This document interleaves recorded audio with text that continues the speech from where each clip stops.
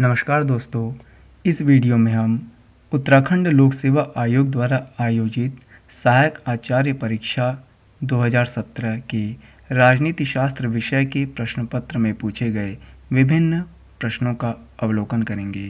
मुझे उम्मीद है कि यह अवलोकन एवं वीडियो आगामी प्रतियोगी छात्रों जो कि यूजीसी नेट जेआरएफ या सहायक आचार्य की परीक्षा देने वाले हैं उनके लिए उपयोगी सिद्ध होगा, अतः इस वीडियो को पूरा देखें। चलिए शुरू करते हैं। प्रश्न संख्या 1, किसने कहा राजनीतिक दल अच्छे हैं या बुरे? इस संबंध में सूचना एकत्र करना वैसा ही है जैसा इस संबंध में विचार करना कि हवाई और ज्वार भाटे अच्छे होते हैं या बुरे। तो यह कथन लावेल का है, अतः इस प्रश्न का सही उत्तर विकल्प बी होगा। प्रश्न संख्या 2, भारत के मुख्य चुनाव आयुक्त की अवधि कितनी है? तो भारत के मुख्य चुनाव आयुक्त की अवधि 6 वर्ष या 65 वर्ष, जो भी पहले हो है, अतः इस प्रश्न का सही उत्तर विकल्प बी होगा। प्रश्न संख्या 3, कौन सी सरकार को उत्तरदायी सरकार के नाम से भी जाना जाता है? तो संसदीय सरकार को हम उत्तरदायी सरकार के नाम से भी जानते हैं। संसदीय सरकार आप देखेंगे भारत में एवं ब्रिटेन में पाई जाती है, अतः इस प्रश्न का सही उत्तर विकल्प बी होगा। प्रश्न संख्या 4, निम्नलिखित में से किसी जाति या जनजाति को पिछड़ी हुई जाति या जनजाति घोषित करने का अधिकार है? तो यह अधिकार भारत में भारत के राष्ट्रपति को प्राप्त है, अतः इस प्रश्न का सही उत्तर विकल्प ए होगा। प्रश्न संख्या 5, आयरन लॉ ऑफ ओलिगोरेसी या अल्पतंत्र का लौह नियम सिद्धांत किसने दिया है? तो यह सिद्धांत रॉबर्ट मिचेल्स द्वारा दिया गया है, अतः इस प्रश्न का सही उत्तर विकल्प बी होगा। प्रश्न संख्या 6, निम्नलिखित में से कौन नव उदारवाद से संबंधित है? तो यह सभी विचारक नव उदारवाद से संबंधित हैं, अतः इस प्रश्न का सही उत्तर विकल्प डी उपरोक्त सभी होगा। प्रश्न संख्या 7, किसने कहा कि जो अरस्तु का आदर्श राज्य है वही प्लेटो का द्वितीय सर्वश्रेष्ठ राज्य है? तो यह राजनीतिक चिंतन के क्षेत्र में प्रसिद्ध सेवाइन के द्वारा कहा गया है। प्रश्न संख्या 8, किसने कहा दबाव समूह अज्ञात साम्राज्य हैं? तो फाइनर द्वारा दबाव समूहों को एनोनिमस एम्पायर या अज्ञात साम्राज्य कहा गया है। प्रश्न संख्या 9, प्लेटो की पुस्तक रिपब्लिक का केंद्रीय विषय क्या है? तो प्लेटो की जो पुस्तक है रिपब्लिक वह न्याय पर आधारित है, न्याय की व्याख्या पर आधारित है, इसीलिए उस पुस्तक का दूसरा जो शीर्षक ही है वह कंसर्निंग जस्टिस या न्याय से संबंधित है। प्रश्न संख्या 10, मनु के विराट पुरुष अर्थात राजा के पास कितने देवताओं की शक्ति होती है?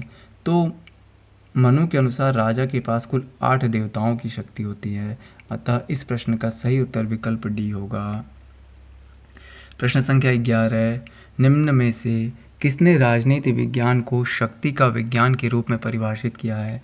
तो कैटलिन के द्वारा राजनीति विज्ञान को शक्ति का विज्ञान कहा गया है, अतः इस प्रश्न का सही उत्तर विकल्प सी कैटलिन होगा। प्रश्न संख्या 12, लॉक ने निम्न अधिकारों में से किसे अपने प्राकृतिक अधिकारों की अवधारणा में सम्मिलित नहीं किया है? तो लॉक अपने प्राकृतिक अधिकारों में लाइफ, लिबर्टी, प्रॉपर्टी या जीवन, स्वतंत्रता और संपत्ति के अधिकार को शामिल करता है, जबकि समानता के अधिकार की बात उसने नहीं की है। इस प्रकार से इस प्रश्न का सही उत्तर विकल्प डी यहाँ पर होगा। प्रश्न संख्या 13, भारतीय संविधान में वर्णित विशिष्ट प्रावधानों के तहत अनुच्छेद 371 के अंतर्गत निम्न में से किस राज्य का वर्णन नहीं है? तो आर्टिकल 371 में तमिलनाडु राज्य का वर्णन नहीं है। जहाँ 371 अन्य विभिन्न राज्यों से संबंधित हैं, वहीं 370 का संबंध जम्मू कश्मीर से था, जिसमें संशोधन करके अब जम्मू कश्मीर से राज्य का दर्जा ले करके उसे 2 केंद्र शासित प्रदेशों जम्मू कश्मीर और लद्दाख में विभाजित कर दिया गया है। प्रश्न संख्या 14, संविधान के किस अनुच्छेद द्वारा अस्पृश्यता का अंत किया गया है? तो अस्पृश्यता का अंत संविधान के अनुच्छेद 17 द्वारा किया गया है, अतः इस प्रश्न का सही उत्तर विकल्प सी होगा। प्रश्न संख्या 15, लोक लेखा समिति के सदस्य निर्वाचित किसके द्वारा किए जाते हैं? या कितने वर्ष के लिए किए जाते हैं? तो लोक लेखा समिति के सदस्यों का निर्वाचन 1 वर्ष के लिए किया जाता है और इन सदस्यों की जो संख्या है वो 22 होती है, जिनमें से 15 लोकसभा एवं 7 राज्यसभा से चुने जाते हैं। अतः इस प्रश्न का सही उत्तर विकल्प यहाँ पर ए होगा। प्रश्न संख्या 16, निम्न में से कौन सा उपागम इस विश्वास पर आधारित है कि आर्थिक आधार वैचारिक तथा राजनीतिक संरचना को निर्धारित करता है? तो ऐतिहासिक भौतिकवाद इस पर बल देता है। यह मार्क्स द्वारा प्रतिपादित सिद्धांत है, जिसमें वे कहते हैं या मानते हैं कि इतिहास में जो विकास होते हैं वो भौतिक वस्तुओं भौतिक संरचना में परिवर्तन के द्वारा होते हैं। अतः इस प्रश्न का सही उत्तर विकल्प ए होगा। प्रश्न संख्या 17, निम्न में से कौन पॉलिटिकल आर्डर इन चेंजिंग सोसाइटी के लेखक हैं? तो पॉलिटिकल आर्डर इन चेंजिंग सोसाइटी यह सैमुअल हंटिंगटन की बुक का नाम है। अतः इस प्रश्न का सही उत्तर विकल्प सी होगा। प्रश्न संख्या 18, प्रजातांत्रिक संस्कृति के सुषुप्त श्वान या स्लीपिंग डॉग सिद्धांत का आशय है? तो इसका आशय हम निम्न सहभागिता सरकार के लिए बेहद संतोषप्रद है इससे है। यह आपको जो है एंड्रयू हेवुड की पुस्तक है पॉलिटिक्स, उसमें ये आपको मिल जाएगा।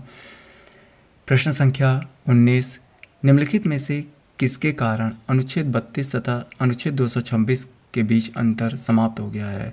तो लोकहितवाद के कारण अनुच्छेद 32 जो कि सुप्रीम कोर्ट के द्वारा रिट जारी करने से संबंधित है और अनुच्छेद 226 जो कि राज्य उच्च न्यायालयों के द्वारा रिट जारी करने से संबंधित है के मध्य का भेद समाप्त हो गया है। अतः इस प्रश्न का सही उत्तर विकल्प डी होगा। प्रश्न संख्या 20, संप्रभुता के एकल सिद्धांत का प्रतिपादक कौन था? तो संप्रभुता के एकल सिद्धांत का प्रतिपादन जॉन ऑस्टिन द्वारा किया गया था। अतः इस प्रश्न का सही उत्तर विकल्प ए होगा। प्रश्न संख्या 21, निम्न में से कौन सा एक राज्य का तत्व नहीं है? तो पाश्चात्य विचारकों द्वारा राज्य के 4 प्रमुख तत्वों की बात की गई है, जनसंख्या, भूभाग, सरकार एवं संप्रभुता, जिनमें से धर्म राज्य का एक आवश्यक तत्व नहीं है। अतः विकल्प बी यहाँ पर सही होगा। प्रश्न संख्या 22, मार्क्सवाद के अनुसार राज्य एक वर्ग संरचना है जो कि अन्य वर्गों का शोषण करती है। राज्य एक शोषण के यंत्र के रूप में है। अतः इस प्रश्न का सही उत्तर विकल्प ए होगा। प्रश्न संख्या 23, संप्रभुता लैटिन शब्द भाषा के किस शब्द से निकला है? तो संप्रभुता सुपर एनएस से निकला है। सुपर का आशय होता है सर्वोच्च और एनएस का आशय होता है शक्ति। अतः इस प्रश्न का सही उत्तर विकल्प डी यहाँ पर होगा। प्रश्न संख्या 24, निम्नलिखित में से कौन सी प्रसिद्ध रचना जॉन ऑस्टिन द्वारा लिखी गई है? तो ऑस्टिन की बुक का नाम लेक्चर्स ऑन जूरिस्प्रूडेंस है, जिनमें उन्होंने अपने एकलवादी संप्रभुता सिद्धांत का प्रतिपादन किया है। अतः इस प्रश्न का सही उत्तर विकल्प सी होगा। प्रश्न संख्या 25, निम्न में से किस एक चिंतक ने स्वतंत्रता के वास्तविक अर्थ को समझने के लिए इसके दोनों निषेधात्मक एवं सकारात्मक पक्षों पर बल दिया है? तो सर आइजिया बर्लिन द्वारा स्वतंत्रता के 2 पक्षों नकारात्मक स्वतंत्रता और सकारात्मक स्वतंत्रता की बात की गई है। अतः इस प्रश्न का सही उत्तर विकल्प सी होगा। प्रश्न संख्या 26, निम्न में से कौन सी एक किताब प्लेटो द्वारा नहीं लिखी गई है? तो प्लेटो द्वारा लिखित किताबों में सबसे प्रमुख जो किताब है वो रिपब्लिक है, दूसरी स्टेट्समैन और तीसरी लाज, लेकिन कॉन्स्टिट्यूशन ग्रंथ उनके द्वारा नहीं लिखा गया है। अतः इस प्रश्न का सही उत्तर विकल्प डी होगा। प्रश्न संख्या 27, मनुस्मृति में राज्य का स्वरूप किस प्रकार का है? तो मनुस्मृति में राज्य का स्वरूप साव्ययी है। साव्ययी का आशय यह जैसे मानव शरीर या प्राणी शरीर होता है जो कि स्वतः चलायमान होता है और निरंतर जो है कि विकसित होता रहता है। प्रश्न संख्या 28, कौटिल्य के अनुसार मंत्रिपरिषद में मंत्रियों की नियुक्ति का आधार क्या होना चाहिए? तो कौटिल्य योग्यता के आधार पर अमात्यों या मंत्रियों की नियुक्ति की बात करते हैं। अतः इस प्रश्न का सही उत्तर विकल्प ए होगा। प्रश्न संख्या 29, निम्न में से किसने माना कि कौटिल्य का मंडल सिद्धांत शक्ति संतुलन पर आधारित है? तो ए.एस. अल्टेकर द्वारा यह कहा गया कि कौटिल्य का जो मंडल सिद्धांत है जिसमें 12 राज्य शामिल होते हैं वह शक्ति संतुलन पर आधारित है। अतः इस प्रश्न का सही उत्तर विकल्प डी होगा। प्रश्न संख्या 30, निम्न में से कौन सी कृति मार्क्स एवं एंजेल्स की है? तो जर्मन आइडियोलॉजी मार्क्स और एंजेल्स द्वारा सामूहिक रूप से लिखी गई है। अतः इस प्रश्न का सही उत्तर विकल्प सी होगा। प्रश्न संख्या 31, मार्क्स के अनुसार इतिहास उपज है। तो मार्क्स इतिहास की उपज भौतिक शक्तियों को मानते हैं।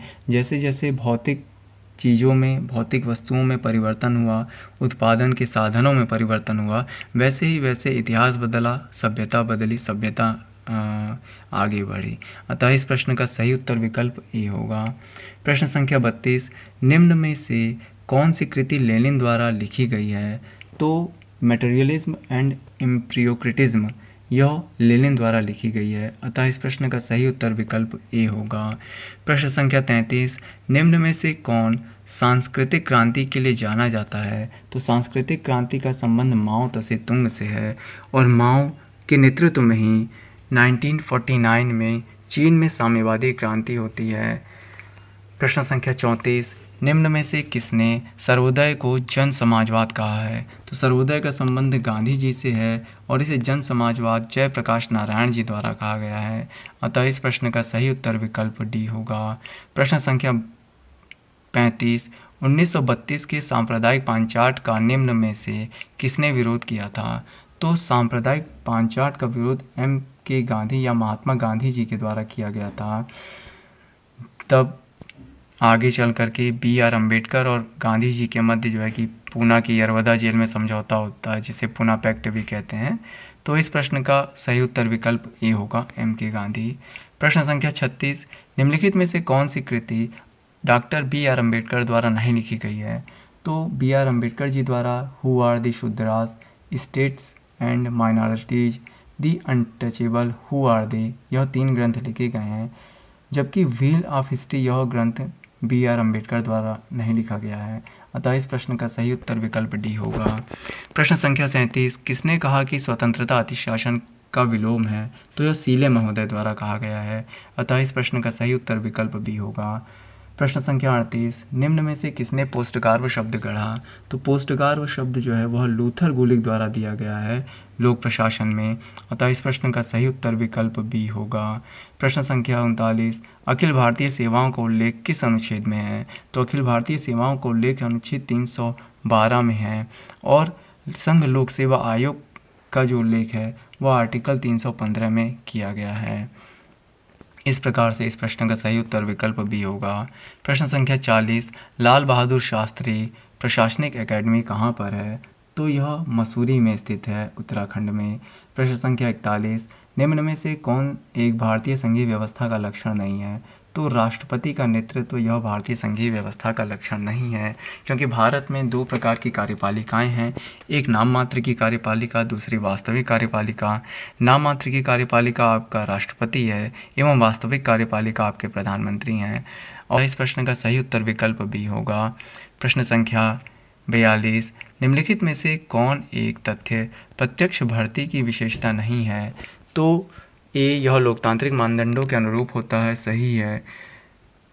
सी, यह क्षमतावान तथा योग्य लोगों को आकर्षित करता है, यह भी सही है। डी, यह भर्ती के लिए अधिक विस्तृत स्रोत प्रस्तुत करता है, यह भी सही है। लेकिन बी, यह समाज में प्रतियोगिता को प्रेरित नहीं करता, यह गलत है, जो कि इस प्रश्न का सही उत्तर होगा। अतः इस प्रश्न का सही उत्तर विकल्प बी यहाँ पर होगा। प्रश्न संख्या 43, पंचायत के चुनाव कराने हेतु निर्णय किसके द्वारा लिया जाता है? तो पंचायत के चुनाव कराने हेतु निर्णय राज्य सरकार द्वारा लिया जाता है। जैसा कि आप लोग जानते होंगे कि जो पंचायती राज के चुनाव होते हैं उसका संबंध चुनाव आयोग से नहीं होता, उनके लिए अलग से राज्य चुनाव आयोग जो है कि होते हैं। तो यह राज्य सरकार का मामला है। अतः इस प्रश्न का सही उत्तर विकल्प बी होगा। प्रश्न संख्या 44, निम्न में से कौन से एक सदन की अध्यक्षता उस व्यक्ति के द्वारा की जाती है जो कि उस सदन का सदस्य नहीं होता है? तो यह राज्यसभा है। उपराष्ट्रपति जो कि राज्यसभा का सदस्य नहीं होता, उसके द्वारा राज्यसभा की अध्यक्षता की जाती है। प्रश्न संख्या 45, भारत में आर्थिक आपातकाल कितनी बार लागू हुआ है? तो भारत में अभी तक कभी भी आर्थिक आपातकाल लागू नहीं किया गया है और आर्थिक आपातकाल की जो व्यवस्था है वो आर्टिकल 360 में है। प्रश्न संख्या 46, पोलित ब्यूरो शब्द किससे संबंधित है? तो पोलित ब्यूरो शब्द का संबंध साम्यवादी पार्टी से है। अतः इस प्रश्न का सही उत्तर विकल्प सी होगा। प्रश्न संख्या 47, सरकारिया कमीशन द्वारा अंतर्राज्यीय परिषद के गठन की संस्तुति संविधान के किस अनुच्छेद के अंतर्गत की गई थी? तो यह आर्टिकल 263 के अंतर्गत की गई थी। अतः इस प्रश्न का सही उत्तर विकल्प सी होगा। प्रश्न संख्या 48, जम्मू कश्मीर का संविधान कब लागू हुआ? तो इनका सही उत्तर विकल्प सी होगा। हालांकि वर्तमान में स्थिति यह है कि जम्मू कश्मीर अब एक केंद्र शासित प्रदेश बन गया है। प्रश्न संख्या 49, संविधान सभा का गठन प्रस्तावित किया गया था। तो संविधान सभा का गठन कैबिनेट मिशन या जिसे मंत्रिमंडल मिशन भी कहते हैं के द्वारा प्रस्तावित किया गया था। अतः इस प्रश्न का सही उत्तर विकल्प बी होगा। प्रश्न संख्या 50, भारत के संविधान की प्रस्तावना में समाजवादी और धर्मनिरपेक्ष शब्दों का समावेश किस वर्ष किया गया? तो भारतीय संविधान की प्रस्तावना में समाजवादी और धर्मनिरपेक्ष शब्दों को 1976 में 42वें संविधान संशोधन द्वारा जोड़ा गया था। यद्यपि यहाँ पर एक बात ध्यान देने योग्य है कि संविधान में धर्मनिरपेक्ष शब्द नहीं या प्रस्तावना में धर्मनिरपेक्ष शब्द नहीं बल्कि पंथ निरपेक्ष शब्द का प्रयोग किया गया है। ये आप लोग ध्यान रखिएगा। प्रश्न संख्या 51, अंतर्राष्ट्रीय शांति एवं सुरक्षा का संवर्धन भारत के संविधान के किस भाग में सम्मिलित किया गया है? तो यह भाग 4 में उल्लेखित राजनीति के निदेशक तत्वों से संबंधित है और इसका उल्लेख जो है आर्टिकल 51 में किया गया है। प्रश्न संख्या 52, भारत के संविधान में निम्न में से कौन सा मौलिक कर्तव्य सम्मिलित नहीं है? तो भारतीय संविधान में सम्मिलित कुल 11 मौलिक कर्तव्यों में से जन निर्वाचनों में मतदान करना यानी कि सी यह सम्मिलित नहीं है। अतः इस प्रश्न का सही उत्तर सी होगा। जैसा कि आप लोग जानते हैं कि भारत के मूल संविधान में मौलिक कर्तव्यों की व्यवस्था नहीं थी। आगे चल कर के इसको स्वर्ण सिंह समिति की सिफारिश पर भारतीय संविधान में जोड़ा जाता है और मौलिक कर्तव्य जो हैं वह सोवियत रूस के संविधान से लिए गए हैं। प्रश्न संख्या 53, न्यायिक सक्रियता का संबंध किससे है? तो यह जनहितवाद से संबंधित है। अतः इस प्रश्न का सही उत्तर विकल्प बी होगा। प्रश्न संख्या 54, राज्य मानवाधिकार आयोग के सदस्यों को हटाया जा सकता है केवल भारत के राष्ट्रपति द्वारा उन्हें हटाया जा सकता है। अतः इस प्रश्न का सही उत्तर विकल्प डी होगा। प्रश्न संख्या 55, निम्न में से कौन सा राज्य के नीति निदेशक सिद्धांतों में सम्मिलित नहीं है? तो अछूत प्रथा की समाप्ति यह नीति निदेशक सिद्धांत में नहीं बल्कि आपके मौलिक अधिकार में शामिल है। आपका आर्टिकल 17 जो है अस्पृश्यता का अंत इसकी बात करता है। प्रश्न संख्या 56, संविधान के किस अनुच्छेद के अंतर्गत भारत का राष्ट्रपति संघीय कैबिनेट की सलाह मानने के लिए बाध्य है? तो यह अनुच्छेद 74 में कहा गया है कि मंत्रिपरिषद की सलाह पर ही राष्ट्रपति कोई कार्य करेगा। प्रश्न संख्या 57, उत्तराखंड में किस वर्ष को महिला सशक्तिकरण वर्ष घोषित किया गया था? तो यह 2006-2007 है। प्रश्न संख्या 58, भारतीय एवं अमेरिकी संघीय व्यवस्था में निम्न में से कौन सा एक लक्षण समान रूप से विद्यमान है? तो संविधान में 3 सूचियां यह नहीं है, दोहरी न्यायपालिका यह भी नहीं है, इकहरी नागरिकता यह भी नहीं है, लेकिन सी एक संघीय सर्वोच्च न्यायालय जो संविधान की व्याख्या करता है यह दोनों जगह पाया जाता है। अतः इस प्रश्न का सही उत्तर विकल्प सी होगा। प्रश्न संख्या 59, भारतीय संघ में एक नया राज्य सम्मिलित किया जाना हो तो संविधान की किस अनुसूची में संशोधन आवश्यक है? तो संविधान की प्रथम अनुसूची में जिसमें संघ और उसका राज्य क्षेत्र उल्लिखित है उसमें संशोधन वहाँ पर आवश्यक है। जैसा कि आप लोग जानते हैं कि मूल भारतीय संविधान में कुल 8 अनुसूचियाँ थीं।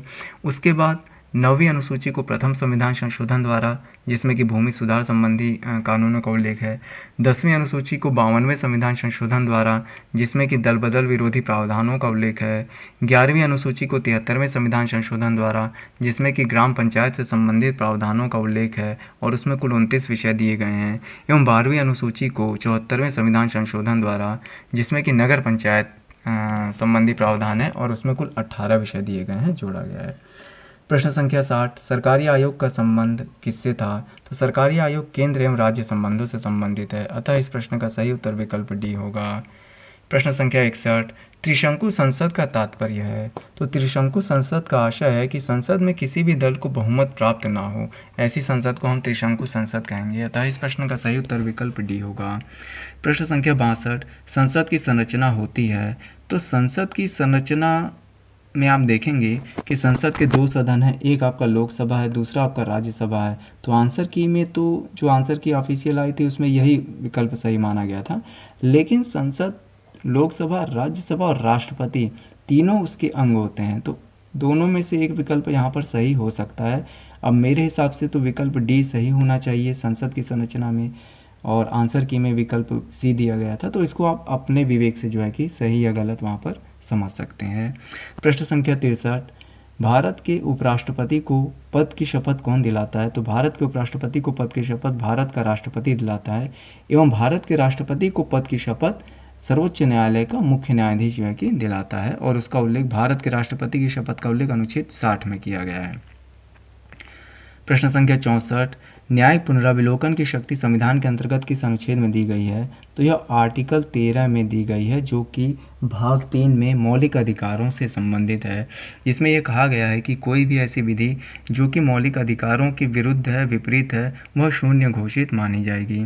प्रश्न संख्या 65, निम्न में से कौन सा युग्म सही सुमेलित नहीं है? तो public administration in a time of turbulence, Frank Marini, यह सही सुमेलित नहीं है। फ्रैंक मैरेनी की जो बुक का नाम है, हालांकि वो भी नवीन लोक प्रशासन से संबंधित हैं और उन्होंने बुक लिखी भी है, लेकिन उनकी जो बुक का नाम है वह है toward a new public administration the मिन्नोब्रुक perspective. वहीं ये जो बुक है public administration in time of turbulence, वह वाल्डो की रचना है। अतः यहाँ पर इस प्रश्न का सही उत्तर विकल्प डी होगा। प्रश्न संख्या 66, सूत्र एवं स्टाफ सत्ता संबंधों की विशेषता है, ना कि विभागीय क्रियाकलापों की, यह कथन किसका है? तो यह कथन कुंज एवं ओ डेनल का है, अतः इस प्रश्न का सही उत्तर विकल्प बी होगा। प्रश्न संख्या 67, निम्नांकित में से कौन सा युग्म सही सुमेलित नहीं है? तो आप देखेंगे कि आदेश की एकता फेयोल सही है, पदसोपान मुने यह भी सही है, नियंत्रण का विस्तार उर्विक सभी ने विचार दिए हुए हैं, लेकिन ये डेलीगेशन या पदाधिकरण ये फेरल हेडी यहाँ पर सही सुमेलित नहीं है, अतः इस प्रश्न का सही उत्तर विकल्प डी होगा। प्रश्न संख्या 68, निम्नांकित में से कौन सा कथन केंद्रीयकरण के गुणों के बारे में सत्य नहीं है? तो यह कार्यपालिका की दूसरी पंक्ति के विकास के लिए उपयुक्त है, यह यहाँ पर सही नहीं है, तो इस प्रश्न का सही उत्तर विकल्प सी होगा। प्रश्न संख्या 69, निम्नांकित में से कौन सा दृष्टिकोण विकेंद्रीकरण को अपने आप में एक उद्देश्य मानता है? तो आप देखेंगे मतवादी या सिद्धांतवादी दृष्टिकोण विकेंद्रीकरण को अपने आप में एक उद्देश्य मानता है, अतः इस प्रश्न का सही उत्तर विकल्प ए होगा। प्रश्न संख्या 70, निम्नांकित में से किसने नियंत्रण के क्षेत्र को प्रभावित नहीं किया है? तो सभी संगठनों में उच्च नियंत्रण के क्षेत्र में बढ़ती सर्वसम्मति ने नियंत्रण के क्षेत्र को प्रभावित नहीं किया है, जबकि लोक सेवाओं में बढ़ती हुई व्यावसायिकता ने भी प्रभावित किया है, सूचना क्रांति ने भी प्रभावित किया है, संगठन में स्वचालित प्रक्रियाओं के अधिकाधिक प्रयोग ने भी नियंत्रण के क्षेत्र को प्रभावित किया है। प्रश्न संख्या 71, निम्नांकित में से कौन पदसोपान की मौलिक विशेषताओं में से एक विशेषता नहीं है? तो पदसोपान की विशेषताओं में आपका आदेश की एकता सम्मिलित है, उत्तरदायित्व के अनुरूप सत्ता सम्मिलित है, उचित माध्यम का सिद्धांत भी सम्मिलित है, थ्रू प्रॉपर चैनल जिसे कहते हैं, लेकिन निर्देशन की बहुलता यह पदसोपान से संबंधित नहीं है। निर्देशन की बहुलता का जो सिद्धांत है वो जो दिया गया था वो फ्रेडरिक मेंसलाउ टेलर, आप लोगों ने नाम सुना होगा, जो कि वैज्ञानिक प्रबंध से संबंधित हैं, उनके द्वारा दिया गया था, और वो कहते हैं कि एक कर्मचारी को अपने से ऊपर 8 अधिकारियों से आदेश जो है कि लेना चाहिए, जिसे फंक्शनल फोरमैनशिप भी वे कहते हैं, अतः इस प्रश्न का सही उत्तर विकल्प बी यहाँ पर होगा। प्रश्न संख्या 72, भारत में कैग की भूमिका के बारे में निम्नांकित वक्तव्यों में से कौन सा वक्तव्य सही है? तो ए, कैग वित्तीय असावधानी का पता लगाने का यंत्र है, यह यहाँ पर सही है, अतः इस प्रश्न का सही उत्तर विकल्प ए होगा। प्रश्न संख्या 73, निम्नलिखित में से कौन सा सुशासन का संकेतक नहीं है? तो सुशासन का संकेतक कानून का शासन है, भ्रष्टाचार की समाप्ति यह भी है, प्रभावी एवं अनुक्रियाशील प्रशासन भी है, लेकिन नौकरशाही प्रशासन सुशासन का संकेतक नहीं है। नौकरशाही को जितना हो सके उतना कम करने का प्रयास किया जाना चाहिए, अतः इस प्रश्न का सही उत्तर विकल्प डी होगा। प्रश्न संख्या 74, निम्नलिखित में से कौन सी एक विशेषता नवलोक प्रबंध की नहीं है? तो नवलोक प्रबंध की एक विशेषता राजनीतिकरण नहीं है, अतः इस प्रश्न का सही उत्तर विकल्प सी होगा। प्रश्न संख्या 75, नेतृत्व के पथ लक्ष्य सिद्धांत के निम्न में से कौन समर्थक थे? तो पथ लक्ष्य सिद्धांत के समर्थक ए एवं बी दोनों ही हैं, मार्टिन जी इवांस और रॉबर्ट जे हाउस। अतः यहाँ पर विकल्प डी सही होगा। प्रश्न संख्या 76, अभिप्रेरणा के पुरस्कार सिद्धांत के प्रतिपादक कौन हैं? तो यह F.W. टेलर हैं। वे यह कहते हैं कि विभेदात्मक कार्य दर पद्धति होनी चाहिए, अर्थात जो मजदूर अधिक कार्य कर रहा है उसे अधिक वहाँ पर मिलना चाहिए। तो ये टेलर से संबंधित सिद्धांत है, अतः इस प्रश्न का सही उत्तर विकल्प बी होगा। प्रश्न संख्या 77, मनोबल एक व्यक्ति अथवा समूह की अंतर्निहित संपत्ति है, यह L.D. वाइट का कथन है, अतः इस प्रश्न का सही उत्तर विकल्प ए होगा। प्रश्न संख्या 78, संयुक्त राष्ट्र संघ द्वारा कौन सा वर्ष प्रथम मानवाधिकार वर्ष के रूप में घोषित किया गया था? तो 1968 का वर्ष जो है कि प्रथम मानवाधिकार वर्ष के रूप में घोषित किया गया था, अतः इस प्रश्न का सही उत्तर विकल्प सी होगा। प्रश्न संख्या 79, मार्टिन कैप्लान के अनुसार अंतर्राष्ट्रीय राजनीतिक व्यवस्था में कितने प्रतिमान होते हैं? तो मार्टिन कैप्लान जो कि अंतर्राष्ट्रीय राजनीति में व्यवस्था सिद्धांत का प्रतिपादन करते हैं, वे 6 प्रतिमान मान के चलते हैं। शक्ति संतुलन व्यवस्था, शिथिल द्विध्रुवीय व्यवस्था, दृढ़ द्विध्रुवीय व्यवस्था, विश्वव्यापी अंतर्राष्ट्रीय व्यवस्था, सोपानी अंतर्राष्ट्रीय व्यवस्था और इकाई वीटो अंतर्राष्ट्रीय व्यवस्था। ये 6 सोपानों की वो वहाँ पर बात करते हैं, अतः इस प्रश्न का सही उत्तर विकल्प बी यहाँ पर होगा। प्रश्न संख्या 80, एशिया का कौन सा भाग दुनिया की छत के नाम से जाना जाता है? तो वह तिब्बत का जो भाग है वो जाना जाता है, अतः इस प्रश्न का सही उत्तर विकल्प डी होगा। प्रश्न संख्या 81, संयुक्त राष्ट्र आम सभा द्वारा प्रथम निशस्त्रीकरण दशक किसे घोषित किया गया था? तो 1970-80 के दशक को प्रथम निशस्त्रीकरण दशक के रूप में घोषित किया गया था, अतः इस प्रश्न का सही उत्तर विकल्प सी होगा। प्रश्न संख्या 82, किसने कहा जब तक मार्गेंथाउ के सिद्धांत का प्रभाव बना रहेगा तब तक अंतर्राष्ट्रीय राजनीति के वैज्ञानिक अध्ययन में कोई प्रगति संभव नहीं है? तो यह वेनो वासरमैन का कथन है, अतः इस प्रश्न का सही उत्तर विकल्प बी होगा।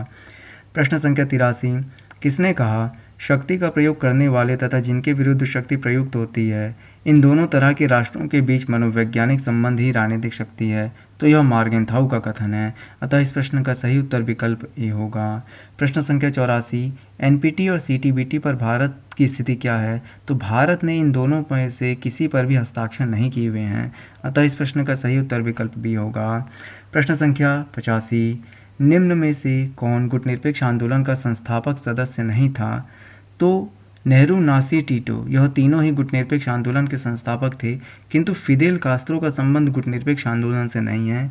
फिदेल कास्त्रो के नेतृत्व में 1959 में क्यूबा में साम्यवादी क्रांति होती है, साम्यवाद की स्थापना होती है, अतः इस प्रश्न का सही उत्तर विकल्प डी होगा। प्रश्न संख्या 86, वेदांत शब्द किस भाषा से लिया गया है? तो यह फ्रेंच भाषा से लिया गया है, जिसका हिंदी अर्थ होता है तनाव शैथिल्य। प्रश्न संख्या 87, तृतीय विश्व शब्द का प्रयोग सर्वप्रथम किसने किया था? तो तृतीय विश्व शब्द का प्रयोग सबसे पहले अल्फ्रेड सावी द्वारा किया गया था, इनके बाद फ्रांस फैनन ने भी इस शब्द का जो है कि प्रयोग किया है। प्रश्न संख्या 88, शार्क के कितने सदस्य और प्रेक्षक देश हैं? तो शार्क के कुल 8 सदस्य और 9 प्रेक्षक देश 2017 में थे। हाँ, सदस्य देश आज भी 8 ही हैं, जैसे पाकिस्तान, अफगानिस्तान, भारत, नेपाल, भूटान, बांग्लादेश, श्रीलंका और मालदीव, ये 8 सदस्य उसके आज भी हैं, अतः इस प्रश्न का सही उत्तर विकल्प बी यहाँ पर होगा। प्रश्न संख्या 89, लुशियन पाई के अनुसार राजनीतिक विकास की मुख्य विशेषता क्या है? तो राजनीतिक विकास की विशेषता बताते हुए लुशियन पाई समता, क्षमता और विभेदीकरण की बात करते हैं, अतः यहाँ पर विकल्प डी सही होगा। उपरोक्त सभी उससे जो है कि संबंधित हैं। प्रश्न संख्या 90, परमाणु अप्रसार संधि से अलग होने वाला प्रथम देश कौन था? तो उत्तर कोरिया, जो कि एक तानाशाही शासक है वहाँ पर, उसने अपने देश को परमाणु अप्रसार संधि से जो है कि अलग किया था सबसे पहले, अतः इस प्रश्न का सही उत्तर विकल्प सी यहाँ पर होगा। प्रश्न संख्या 91, एकमात्र देश जिसने संयुक्त राष्ट्र संघ की सदस्यता को छोड़ा था वो इंडोनेशिया था, अतः इस प्रश्न का सही उत्तर विकल्प सी होगा। प्रश्न संख्या 92, अंतर्राष्ट्रीय राजनीति में व्यवस्था सिद्धांत सर्वप्रथम किसने प्रतिपादित किया था? तो हालांकि व्यवस्था सिद्धांत से संबंधित मार्टिन कैप्लान है, उन्होंने 6 सिद्धांत दिए हुए हैं, लेकिन सबसे पहले अंतर्राष्ट्रीय राजनीति में जो व्यवस्था सिद्धांत है वो चार्ल्स मैक्लेलैंड के द्वारा लाया गया था, और ये आपको जो है कि BL फडिया की जो पुस्तक है अंतर्राष्ट्रीय राजनीति सिद्धांत और व्यवहार, मोटी वाली, उसमें आपको ये मिल जाएगा। प्रश्न संख्या 93, निम्न में से कौन निर्णय निर्माण प्रक्रिया का समर्थक नहीं है? तो निर्णय निर्माण प्रक्रिया के समर्थक हांस जे मार्गेंथाउ नहीं है। मार्गेंथाउ का संबंध यथार्थवाद से है, अतः इस प्रश्न का सही उत्तर विकल्प सी होगा। प्रश्न संख्या 94, स्टीवन रोजन और वाल्टर जोन्स के अनुसार राष्ट्रीय शक्ति का सबसे महत्वपूर्ण तत्व क्या है? तो वह राष्ट्रीय शक्ति का सबसे महत्वपूर्ण तत्व नेतृत्व को मानते हैं, अतः इस प्रश्न का सही उत्तर विकल्प डी होगा। प्रश्न संख्या 94, मार्गेंथाउ के अनुसार राष्ट्रीय हित की अभिवृद्धि का सबसे महत्वपूर्ण साधन क्या है? तो कूटनीति या डिप्लोमेसी या राजनयन जो है उसको सबसे महत्वपूर्ण साधन मार्गेंथाउ मानते हैं, अतः इस प्रश्न का सही उत्तर विकल्प ए होगा। प्रश्न संख्या 96, प्रथम गुटनिरपेक्ष आंदोलन का शिखर सम्मेलन कहाँ हुआ था? तो यह बेलग्रेड में 1961 में हुआ था, अतः इस प्रश्न का सही उत्तर विकल्प डी होगा। प्रश्न संख्या 97, अंतर्राष्ट्रीय न्यायालय के न्यायाधीशों का कार्यकाल कितना होता है? तो अंतर्राष्ट्रीय न्यायालय के न्यायाधीशों का कार्यकाल कुल 9 वर्ष होता है। सदस्य संख्या इनकी 15 होती है, गणपूर्ति भी इनकी 15 होती है, और अंतर्राष्ट्रीय न्यायालय ही केवल एकमात्र ऐसा संयुक्त राष्ट्र संघ का अंग है जिसका मुख्यालय अमेरिका से बाहर है और इसका मुख्यालय हेग में है। प्रश्न संख्या 98, भारतीय संविधान का कौन सा अनुच्छेद अंतर्राष्ट्रीय संबंधों से संबंधित है? तो भारतीय संविधान का अनुच्छेद 51 अंतर्राष्ट्रीय संबंधों से संबंधित है, जिसमें शांति की बात की गई है, अतः इस प्रश्न का सही उत्तर विकल्प बी होगा। प्रश्न संख्या 99, मैकमोहन रेखा किनके मध्य स्थित है? तो मैकमोहन रेखा का संबंध भारत एवं चीन से है, अर्थात यह भारत एवं चीन के मध्य है। वहीं भारत एवं पाकिस्तान के मध्य रेडक्लिफ रेखा, भारत और श्रीलंका के मध्य पाक जलडमरू मध्य, और भारत एवं अफगानिस्तान के मध्य डुरंड रेखा है, अतः इस प्रश्न का जो सही उत्तर है वह विकल्प बी होगा। प्रश्न संख्या 100, निम्न में से कौन खेल सिद्धांत का समर्थक नहीं है? तो खेल सिद्धांत के समर्थक में जॉन एच हर्ट्ज जो है कि इससे संबंधित नहीं है, अतः इस प्रश्न का सही उत्तर विकल्प सी यहाँ पर होगा। यहाँ पर यह अवलोकन समाप्त होता है। मुझे आशा है कि यह वीडियो आप लोगों के लिए आगामी परीक्षाओं हेतु अति लाभकारी होगा। यदि आप इसी प्रकार के अन्य शैक्षणिक वीडियो देखने में रुचि रखते हैं तो कृपया हमारे YouTube चैनल को सब्सक्राइब करें तथा हमारा सहयोग करें। धन्यवाद।